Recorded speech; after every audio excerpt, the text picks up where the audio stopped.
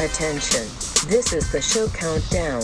10, 9, 8, 7, 6, 5, 4, 3, 2, 1. Activate.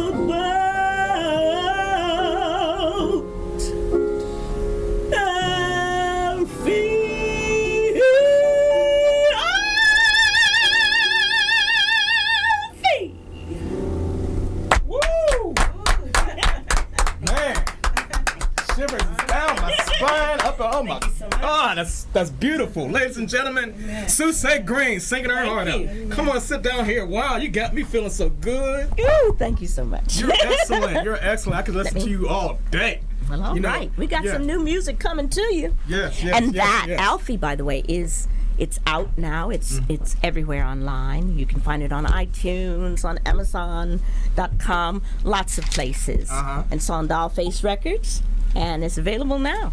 So I hope you pick up a copy. Right, well, of course. You hear that 7 million viewers, pick up a copy and support your entertainers. It's good to just listen to them and everything, but you need to support them. That means buying their material. That means you love them. Indeed. That's part of the love. Loving that. So here's a few questions before we go. Why do you do what you do? The short version. It's in my heart. I believe that if you work at what you are passionate about, you'll have a happy life. It's as simple as that. It's complicated for a lot of people because sometimes you have to be willing to make less money to do, at least in the beginning, what you are passionate about. But you will find if you dig in, it's coming to you. It's all coming to you. Well, peace. The peace that surpasses all things. I just want to talk about peace before we go and what you got coming up in the future. But tell us a little bit about your peace project. Well, I am the National Director for Film, Music, and the Arts for the Peace Prize Foundation. That's at peaceprize.org. Online, you can find us there. My friend Bryant McGill and I began working on this particular project for peace, the Peace Treaty, which has over 100,000 signatures now from around the world. Wow. And Bryant and his lady, Jenny Young, run Simple Reminders Network. Simple reminders are euphemisms, little statements that uplift all of you every day. It's online. You can find them. You can find Bryant McGill. You can find Jenny Young. You can find me.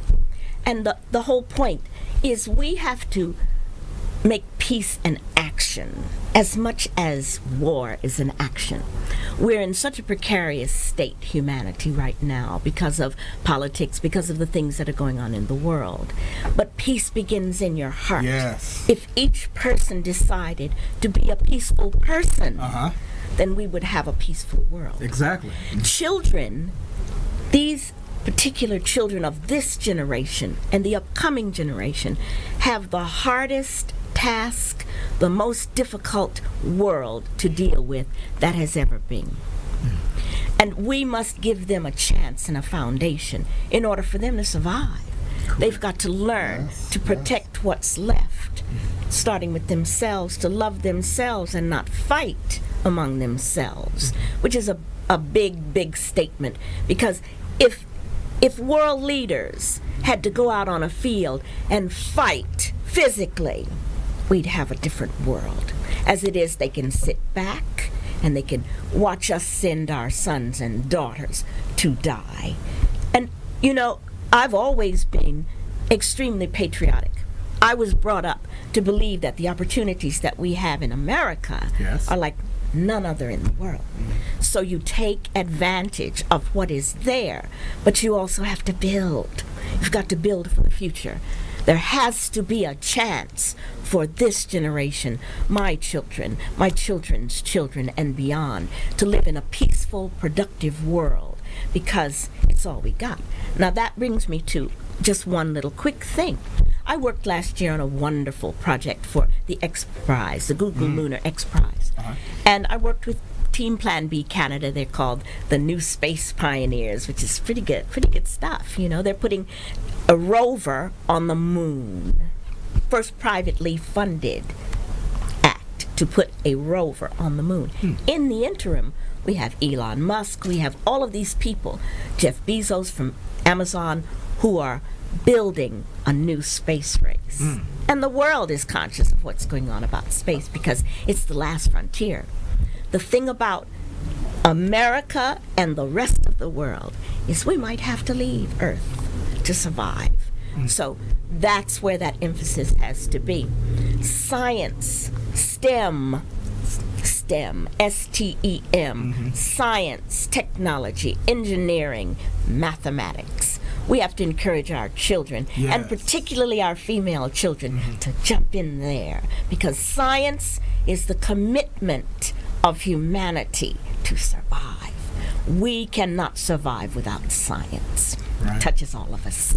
Well, there you have it, ladies and gentlemen. Susie Green. This is a beautiful woman, inside and out. And I just wanted to just let y'all know that Susie is the last Supreme to be signed by Motown Records. Indeed. We're going to come back with part 2 of that interview because her resume is so extensive and everything. It's just a pleasure to interview you because you are, one of, this is what young people need to learn from people such as yourself, because you definitely are amazing. Thank you so super much. Fantastically amazing. I appreciate it. Oh yes, and and your vocal skills are superb. Everything about you is a God sent gift. Thank you. And you use it very well. There. Oh, I hit a nerve with the God thing. Come on. You're a Christian? I am absolutely. Oh, praise the Lord! Come on, give me that. Absolutely. That's what I'm talking about. God's will. With God's will. And okay, we're gonna take a little break and everything. We'll be coming back with Mary Anderson and her new movie, Saving Humanity. Y'all.